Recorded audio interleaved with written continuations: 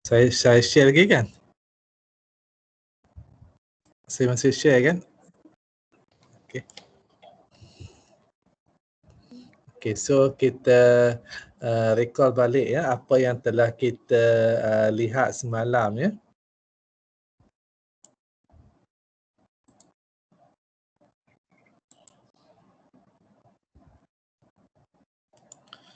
Okey, so semalam kita dah lihat sifat-sifat kumpulan. Ni yang kita lihat hari Khamis lepas, kita dah lihat apa itu kumpulan kitaran. Kumpulan yang dijana oleh A tu, kalau kita boleh cari satu unsur yang semua unsur dalam G boleh ditulis sebagai kuasa kepada A, kuasa bagi A, maka kita katakan G kumpulan yang dijana oleh A, ataupun G itu kumpulan kitaran yang dijana oleh A, dan A itu adalah penjana bagi G ya. Dan peringkat bagi unsur dalam kumpulan kitaran G itu adalah kita takrifkan sebagai unsur positif N yang terkecil, sehingga kan kita dapat A kuasa N sama dengan identiti. Ya, itu adalah peringkat bagi satu unsur. Dan kita katakan kalau peringkat A itu terhingga, kalau kita boleh cari N tersebut ya. Kalau N itu tak ada, kita katakan peringkat dia tak terhingga. Kemudian kita ada sifat yang kita lihat semalam, teori yang pertama semalam, kalau peringkat A itu tak terhingga, maka semua kuasa adalah berbeza ya. AI sama dengan AJ, maka I mestilah sama dengan J. Maksudnya tak adalah yang sama. A kuasa 7 takkan sama dengan A kuasa 19 dan sebagainya. Kalau peringkat A itu terhingga sama dengan N, maka A kuasa I sama dengan A kuasa J itu hanya jika I dan J itu kongruent modulo N ya. Dan A kuasa I itu akan sama dengan identiti sekiranya N itu membahagi I ya. Dan peringkat bagi A kuasa I pula mestilah sama dengan N dibahagikan dengan pembahagi sepunya terbesar I dengan N. Itu yang kita lihat semalam ya. Dan juga satu lagi kita juga lihat semalam adalah konjugat ya. Apa maksud konjugat? B konjugat A, kalau kita boleh cari satu unsur C yang B sama dengan C kuasa 1 star A star C, dan peringkat bagi unsur yang berkonjugat ni adalah sama ya. Itu yang apa yang kita boleh gunakanlah untuk konjugat. Seterusnya itu yang dalam chapter tajuk yang kelima. Kemudian untuk tajuk yang keenam kita lihat apa itu subkumpulan ya. Jadi subset H itu kita katakan sebagai subkumpulan bagi G kalau dia penuhi 3 syarat ini ya. Identiti mesti dalam subset H itu. Kemudian subset itu mesti tertutup ya. Kalau kita ambil dua unsur dalam H, A star B pun mesti dalam H ya, tertutup di bawah operasi bintang. Dan kemudian semua songsangan dia pun mesti berada dalam subset H itu ya. Jadi untuk kita tunjukkan H itu subkumpulan, kita kena tunjukkan 3 perkara ini ya. Itu yang pertama. Kemudian ataupun kita boleh gunakan permudahan ya, yang kedua dan yang ketiga tu kita boleh sekadar tunjukkan satu sahaja, iaitu A star B minus 1 belong to H ya. Boleh tunjukkanlah sama ada tunjukkan 3 ni ataupun tunjukkan 2. 2 sajalah, E belong to H dan A star B minus 1 belong to H. Untuk supaya mudah kita tulis pembuktian dia, tunjuklah ketiga-tiga ini ya, satu persatu. Kemudian kita ada subkumpulan kitaran dijana oleh A, iaitu unsur-unsur dia adalah semua bentuk kuasa A ya, A kuasa N. So kemungkinan dia akan jadi subset saja ataupun kemungkinan dia akan dapat keseluruhan kumpulan.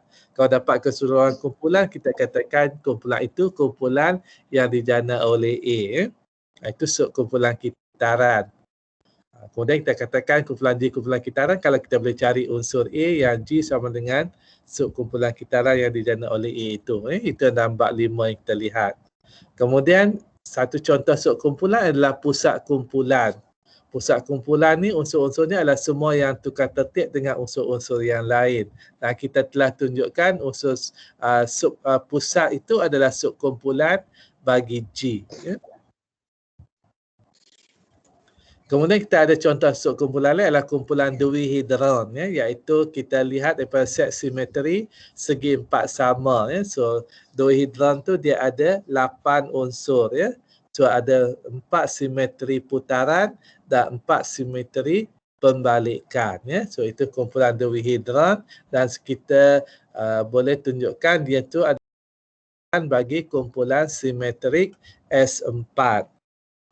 Kemudian selain daripada kumpulan dihedron, kita lihat juga satu lagi subkumpulan iaitu kumpulan simetri terhadap segitiga sama, ya. So set simetri segitiga sama membentuk kumpulan yang kita katakan sebagai kumpulan D6. Dan kalau kita lihat sifir kumpulan D6, dia sama dengan kumpulan sifir S3. Jadi dia juga adalah sebenarnya kumpulan simetri S3. Dan kita boleh rumuskan secara keseluruhannya kumpulan simetri set simetri N-gon, ya, ataupun kita simbolkan dengan D2N dan dia adalah subkumpulan kepada SN, ya. Itu yang kita lihat semalam, contoh-contoh subkumpulan. Kemudian kita lihat juga beberapa sifat subkumpulan kitaran. Lagi dia basically lebih kurang sama dengan untuk kumpulan kitaran, ya. Jadi kalau peringkat bagi A terhingga, maka kuasa A itu berbeza. Kemudian kalau peringkat bagi A itu sama dengan N terhingga, maka kita boleh tulis G itu satu bentuk unsur G itu adalah bentuk dia adalah bentuk A kuasa 2 sampai A kuasa N tolak 1, bagi kalau kumpulan kitaran yang digenerate oleh G itu. Dan kemudian kalau kita cari subkumpulan dalam G itu, subset yang membentuk kumpulan, subkumpulan tersebut juga dia mesti berkitar, ya. Dan peringkat bagi setiap subkumpulan yang kita pilih itu dia membahagi A, ya. Okey, so itu basically apa yang telah kita lihat semalam, ya. Jadi hari ini kita akan sambung lagi dengan tajuk yang seterusnya, iaitu kita namakan sebagai co-set, ya. So co itu sebagai dampingan, ya. Di samping kita ada set, kita juga ada sampingan kepada set itu yang kita namakan sebagai co-set, ya. Okay, so kita akan lihat hari ini apakah yang dimaksudkan dengan co-set itu.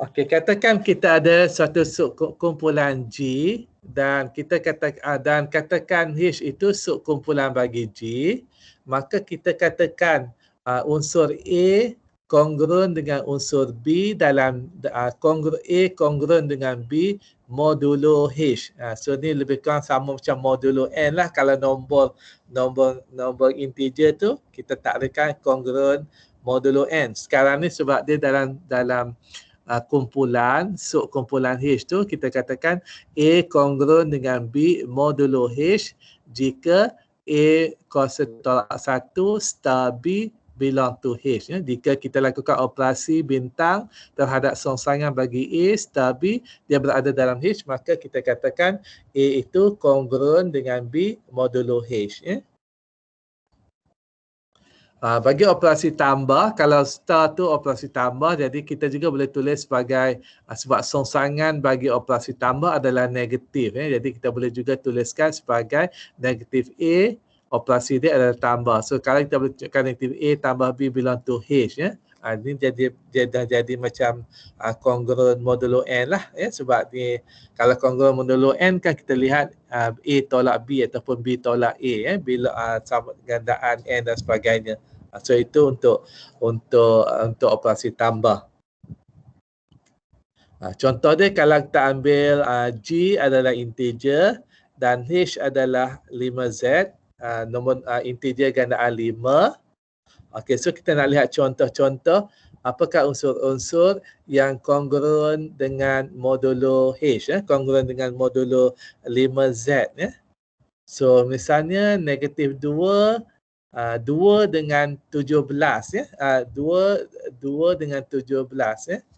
So kalau 2 dengan 17 kita dapati dia kongruen ya, sebab negatif 2 tambah 17 sama dengan 15 ya. Jadi kita boleh simpulkan 2 kongruen dengan 17 modulo H ya, sebab kita boleh tunjukkan yang negatif 2 tambah 17 sama dengan gandaan 5 ya, sebab H tu adalah 5Z gandaan 5.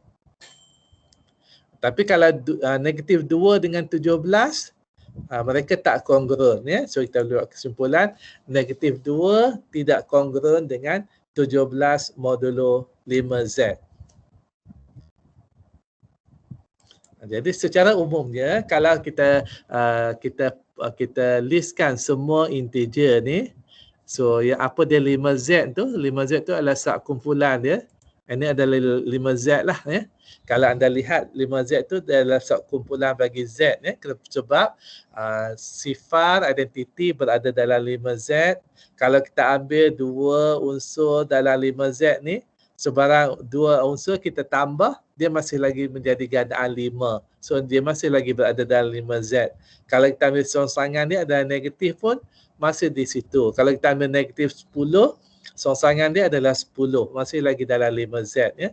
Jadi 5Z itu adalah kongruen, adalah suatu subkumpulan. Jadi apakah 2 dengan negatif 2 dengan 17? Negatif 2 dengan 17. 2 dengan 17 ya. Ini 2 dengan 17 ni.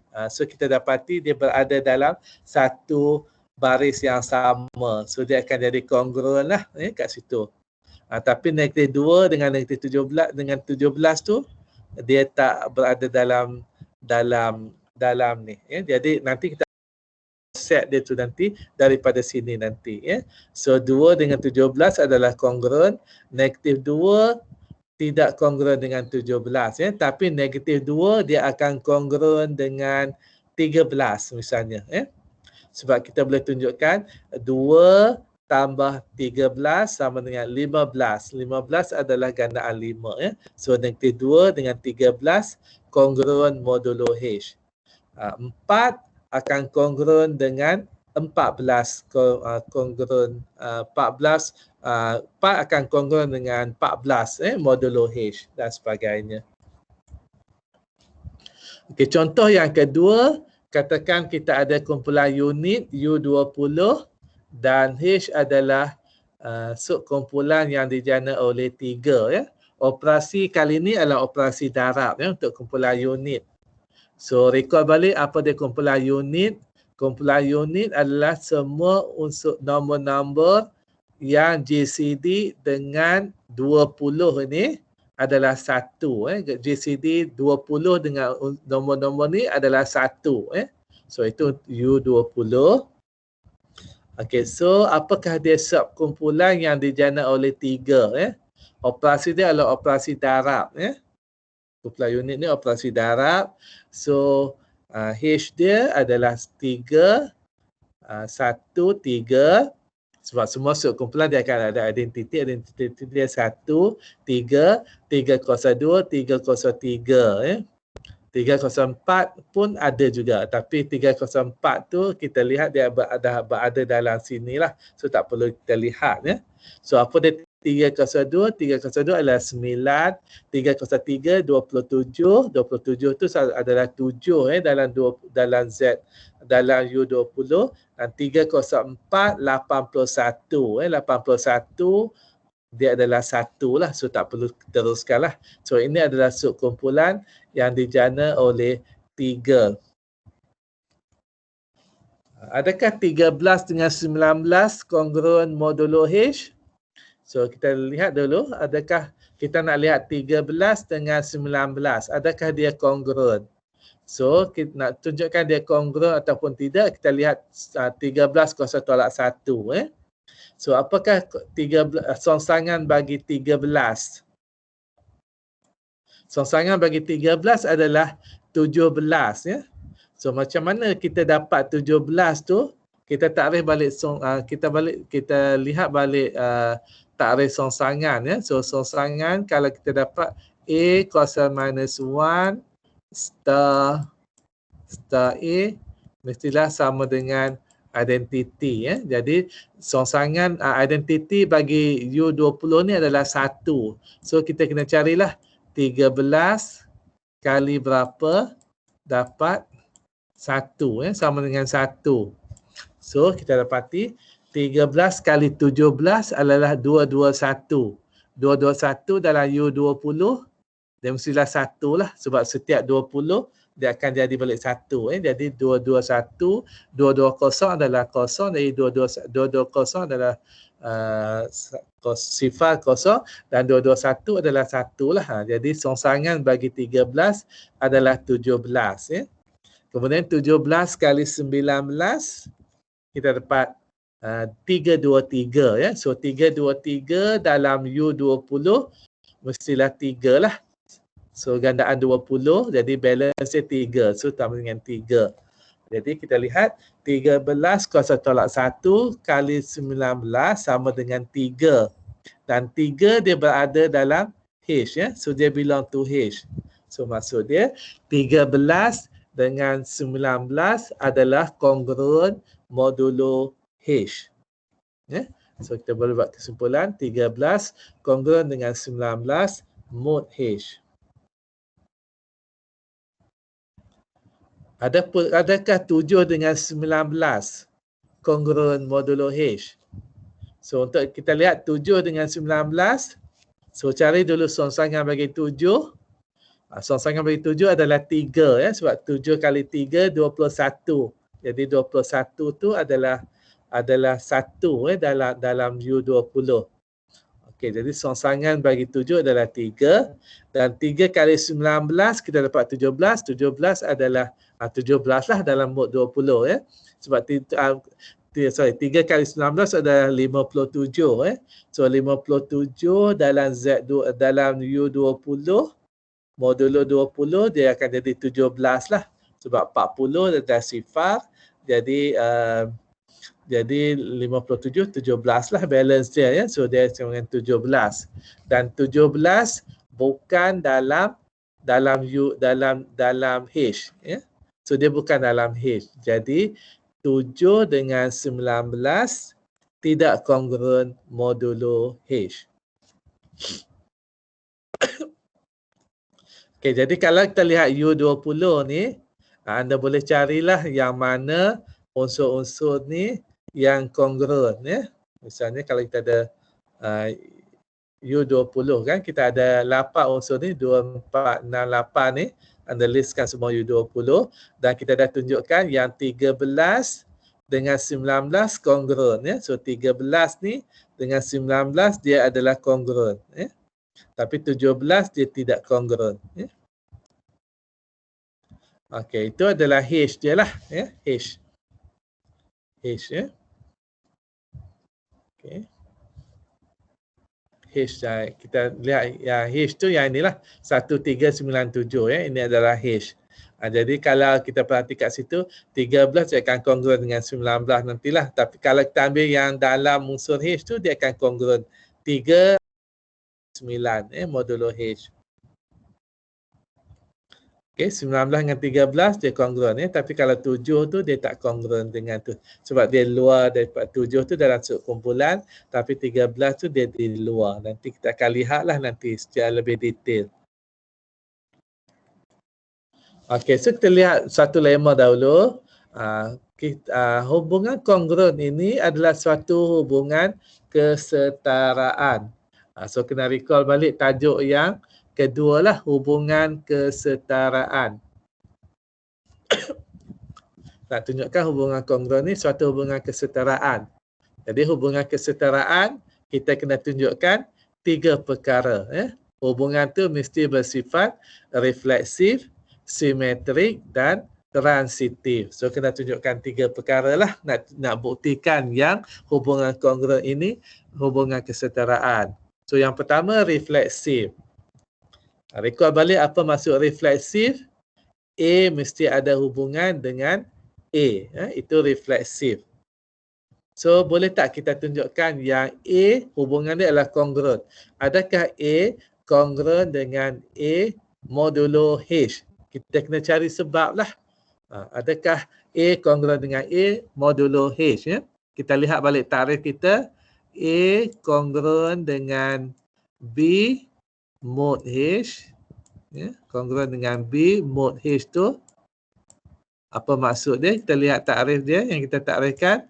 Ini kita takrifkan jika dan hanya jika A star minus 1 star B belong to H. Ya? Ini maksud dia kongruen. Ya? Jadi kalau kita nak tunjukkan yang A kongruen dengan A modulo H, kita kena tunjukkanlah adakah A star minus A kuasa minus 1 A kuasa tolak 1 star A belong to H.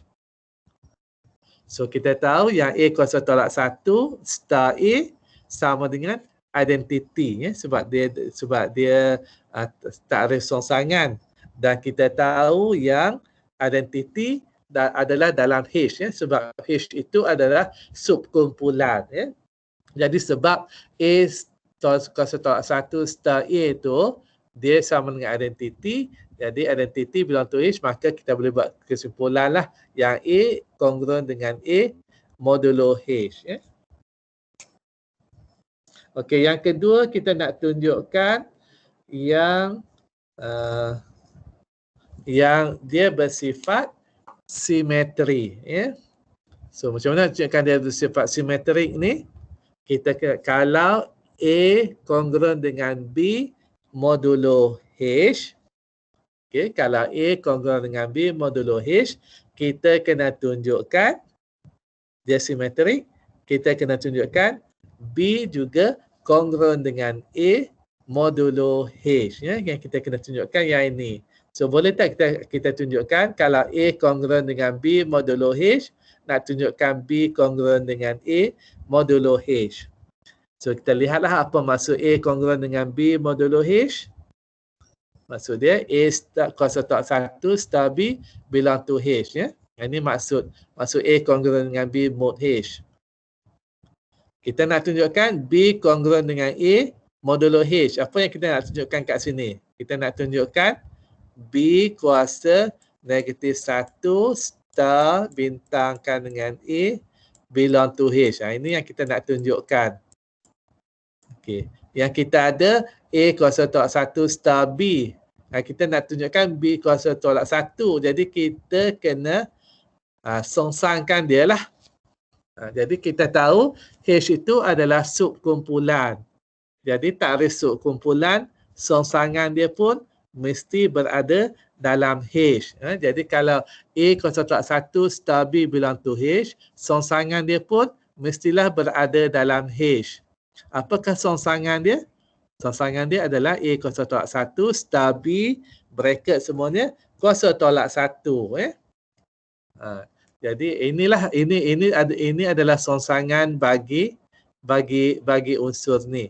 Jadi kalau A kuasa tolak 1 star B kuasa tolak 1, kita ada sifat songsangan, dia mesti bermula daripada belakang. So B kuasa tolak 1, A kuasa tolak 1 kuasa tolak 1. Dan kita tahu A kuasa tolak 1 tolak 1 itu adalah A lah, ya. Okey, jadi kita dah tunjukkan yang B kuasa tolak 1 star A ni pun berada dalam H. Jadi kesimpulan dia B kongruen dengan A modulo H.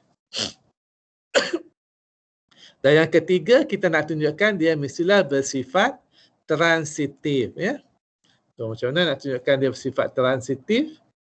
Kita andaikan A kongruen dengan B modulo H, B kongruen dengan C modulo H.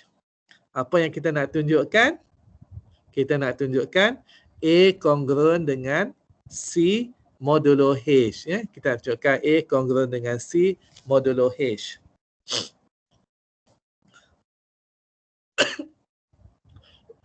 Okey, jadi apa dia A kongruen dengan B modulo H? Guna takrif balik. Maksud dia A kuasa tolak 1 star B belong to H, dan B kuasa tolak 1 star H star C pun belong to H, ya. Kedua-dua ni berada dalam H. Jadi apa yang kita nak tunjukkan?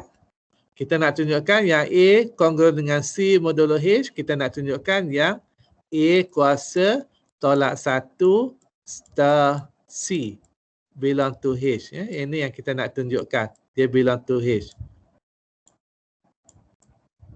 Okey, jadi kita kena macam mana nak tunjukkan A kuasa tolak 1 star C.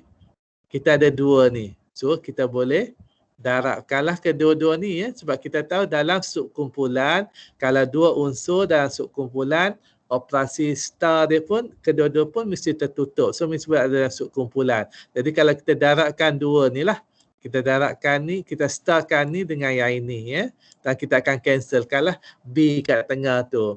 Okey, jadi A minus 1 star C equal to A minus 1 star B minus 1 star C, dan kita cancelkan lah yang B minus 1 tu lah. Itu sebab kita dapat A kuasa minus 1 star C, dan ini dia berada dalam H sebab ini berada dalam H, ini dalam H daripada andaian kita, dan yang ini pun dalam H daripada andaian kita kat sini So kita dah buktikanlah yang hubungan kongruent ini adalah suatu hubungan kesetaraan.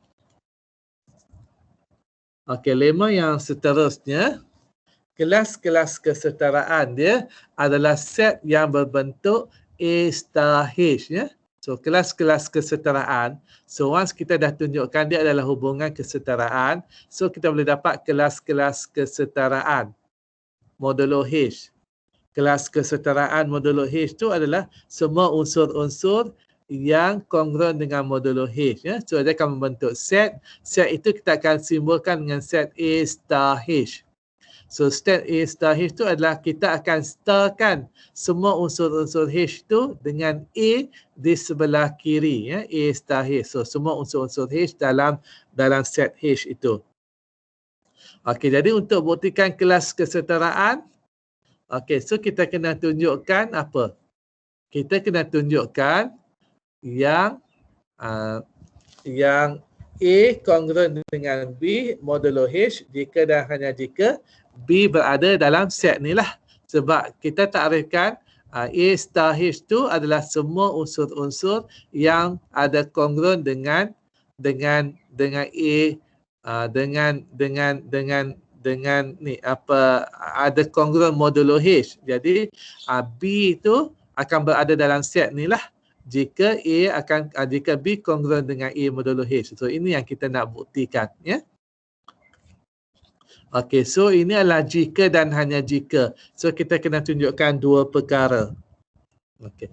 So yang pertama kita tunjukkan jika A kongruen dengan B modulo H, kita nak tunjukkan yang B berada dalam A star H.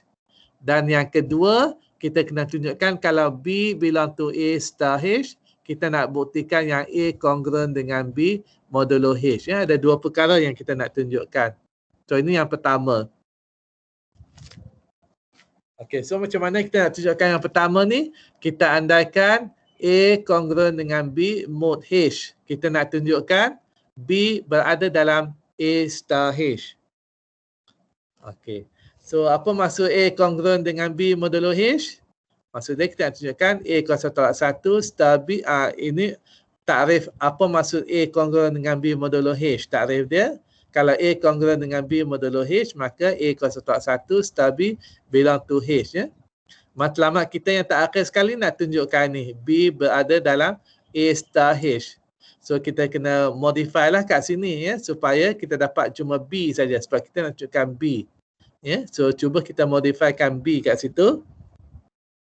Okey, jadi kalau A kuasa tolak 1 star B belong to H, dia berada dalam H. Maksud dia kalau kita ada H tu dalam H tu kena adalah satu unsur H tu lah sebab A star B, A minus 1 star B belong to H. Maksud dia ni boleh tulis dalam bentuk satu unsur H. Jadi kita boleh tulislah yang adalah satu unsur dalam H tu yang A minus 1 star B tu sama dengan H tersebut Okey, itu takrif dia. Jadi matlamat kita nak tunjukkan B.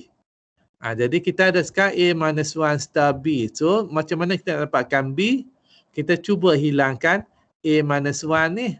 nak hilangkan A minus 1, kita akan lakukan proses aljabar. So, startkan dengan A, kedua-dua belah.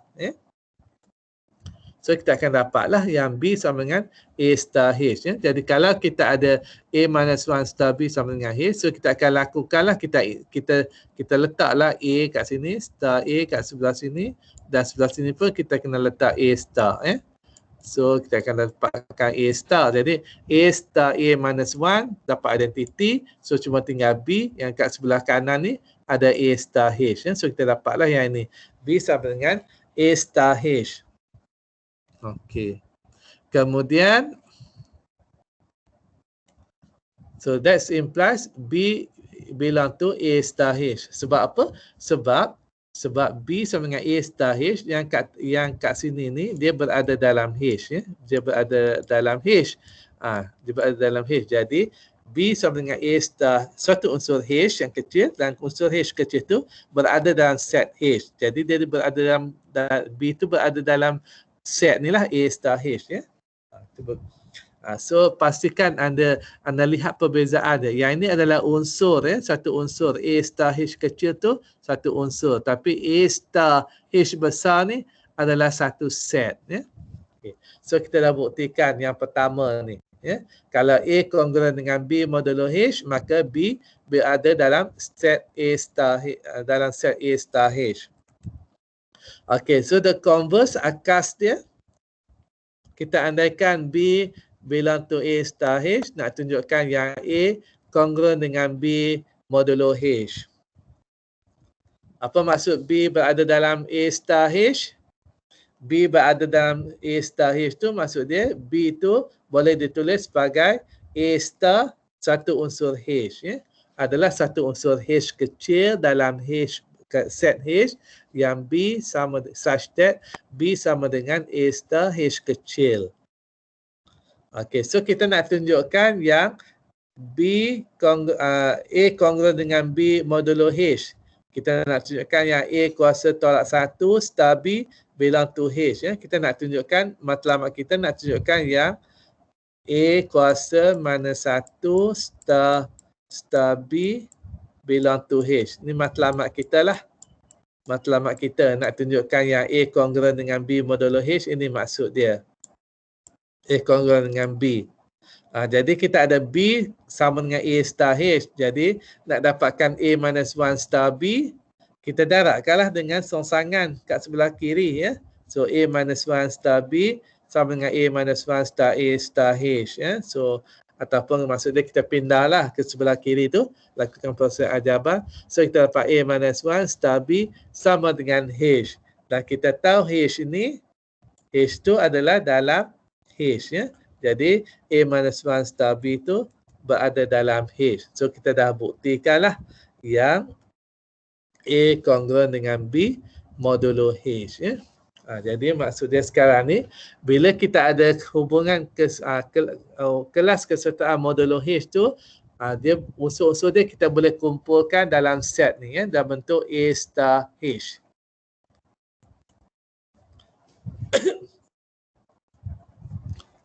Okey, seterusnya set tersebut kita namakan sebagai koset kiri.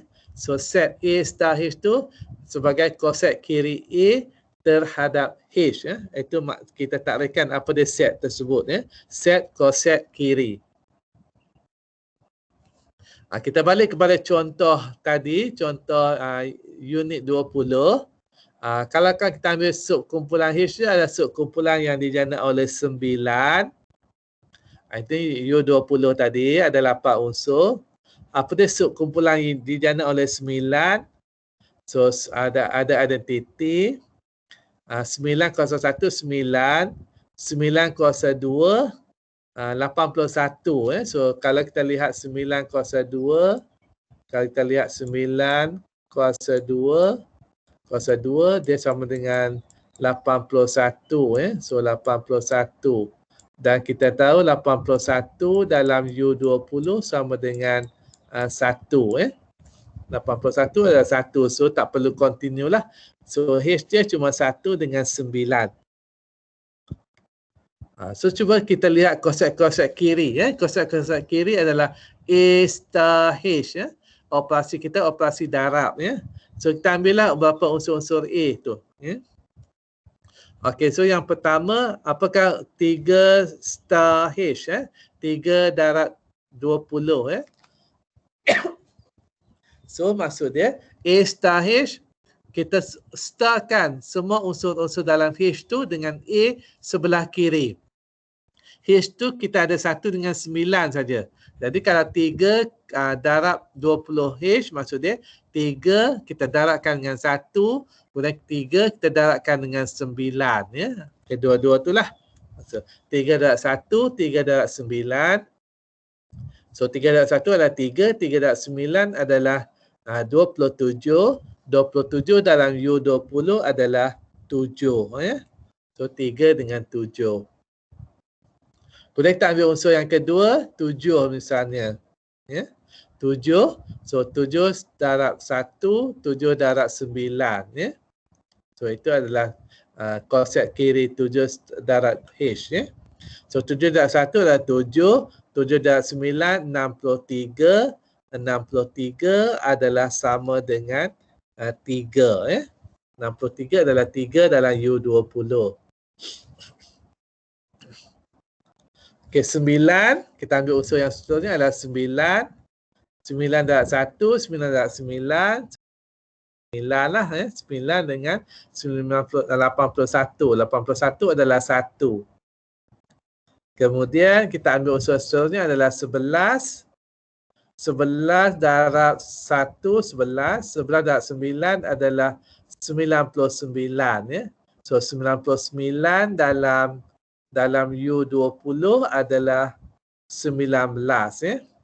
Okey, 19. So 11 dan 19. Kita ambil unsur yang seterusnya adalah 13. So 13 darab 1 dan 13 darab 9. So 13 darab 1 adalah 13. Dan 13 darab 9 adalah 17. Kalau tak silap saya dalam nota saya tu ada tersilap sikit. Sama dekat sini ataupun kat sini. So pasti anda cek dalam nota tu. So dia mestilah 13 dengan 17. So dalam nota tu saya ingat ada tertulis 3. Kalau tak silap 3 atau tertulis 7. So tolong perbetulkan dalam nota tu. Okey, itu 13 dengan 13 darab H. Kemudian 17 darab 1 dan 17 darab 9. So 17 darab 1 adalah 17, 17 darab 9 you boleh kira lah. So sama dengan 13. So boleh carilah, tunjukkan dia sama dengan 13 dalam U20. Kemudian untuk 19, so 19 darab 1 dan 19 darab 9. So kita boleh dapat dia sama dengan 19 dengan 11. So cuba tunjukkanlah yang dapat dia sama dengan 11. Okey, so kita dah identify dan 1, kalau 1 darab 1, kalau 1 dan 1 darab 9 dapat 9. So kita dah cari semua konsep-konsep kiri. Konsep-konsep kiri, setiap unsur dalam H tu kita crosskan, kita starkan dengan H. Jadi kalau kita listkan balik U20 tu, kita dah kenal pasti yang H tu 1 dengan 9. Dia juga sama dengan konsep kiri 1 darab H dan 9 darab H. Untuk yang 7 dengan 13 tu adalah sebenarnya 3 kali H. Dan juga dia sama dengan 7 kali H.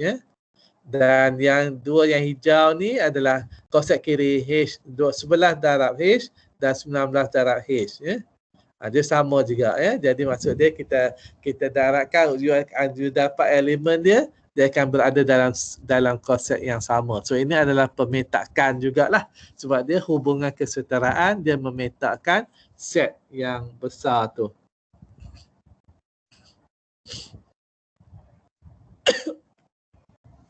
Jadi kita dapat ada 4 konsep kiri yang memetakan kumpulan G itu. So, kita lihat contoh yang seterusnya, kumpulan integer dan H adalah subkumpulan 3Z. So, nombor integer gandaan 3. So kalau kita lihat, kita ambillah unsur-unsur dalam G, dalam Z. So misalnya kita ambil unsur sifar dahulu. So sifar tambah H. So operasi dia operasi tambah. So sifar tambah 3Z. So semua 3Z ni kita tambahkan dengan sifar. So dia dapat yang samalah. Dapat 3Z. Dapat 3Z. Dan dia juga sama dengan 3 tambah 3Z, 6 tambah 3Z, negatif 3 tambah 3Z. So mana-mana you ambil unsur integer yang dalam ni, dia akan samalah. Semua ni dia akan boleh check dia akan sama. Okay, kemudian kita ambil unsur yang seterusnya adalah 1. 1. So 1 tambah 3Z, so 1 akan tambahlah dengan semua gandaan 3 ni. So 1 tambah tolak 6, kita dapat negatif 5, negatif 2, 1, 4 dan 7. Seterusnya. Itu adalah 1 tambah 3Z. Dan kalau anda cari misalnya 4, so 4 tambah 3Z pun akan dapat yang sama. So 4 tambah 3Z pun sama. Kalau kita ambil 7 pun sama. 7 tambah 3Z, negatif 5 tambah 3Z, negatif 2 tambah 3Z, negatif 5 tambah 3Z. Ataupun kita ambil negatif 6, negatif 8 pun akan dapat yang sama. Negatif 8 tambah 3Z pun akan berada dalam konsep yang sama ni juga. Seterusnya yang tak ada lagi yang kita belum ada adalah 1 dah, 3 dah. So yang belum ada 2. So kita ambil 2 tambah 3Z. So kalau kita tambahkan semua ni, kita akan dapat, dia juga akan sama dengan 5 tambah 3Z, 8 tambah 3Z dan sebagainya. So kalau kita listkan semua integer, dan kita akan dapati yang baris ke atas ni adalah subkumpulan H, iaitu kumpulan 3Z. Dan kita dapati yang kedua, baris yang kedua tu adalah koset 1 tambah 3Z. Dan baris yang ketiga adalah koset 2 tambah 3Z.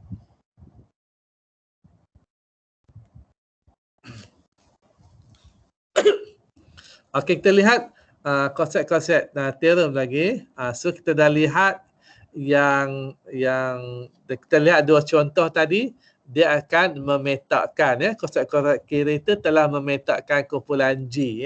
So dalam teorem ni mengatakan bahawa kalau kita ada satu kumpulan, so konsep-konsep kiri dia akan memetakkan G.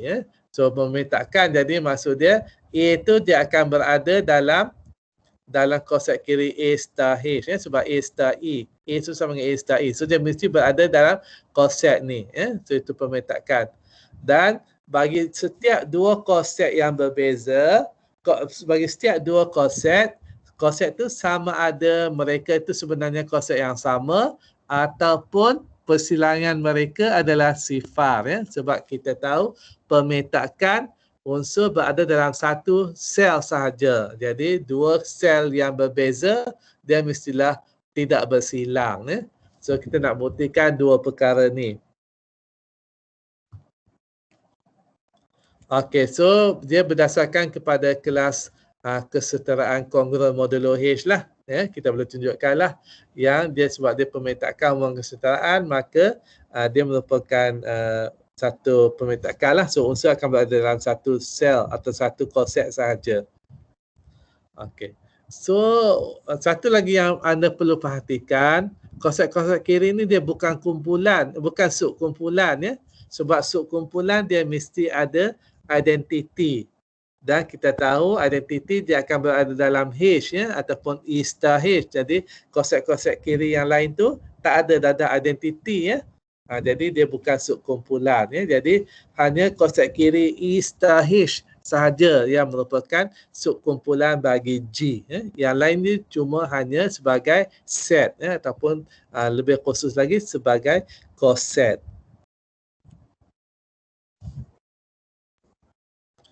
Okey. Okey, yang ini saya ingat saya akan sambung minggu depan sebab dia akan lebih kepada tajuk yang lain. So kita akan stopkan dulu. So hari ini kita telah lihat apa dia maksudkan dengan koset. Okey.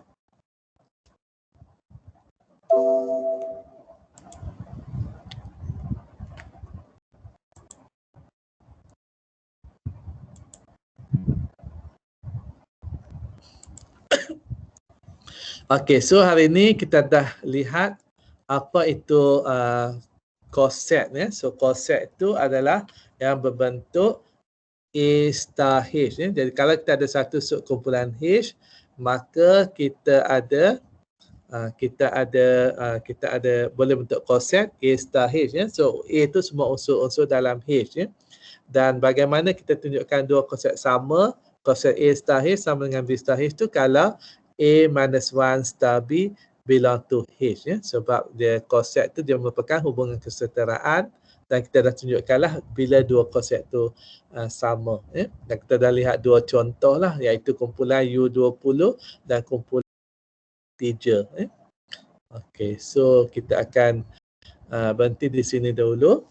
So ada apa-apa persoalan mengenai konsep ni dan juga apa persoalan lain?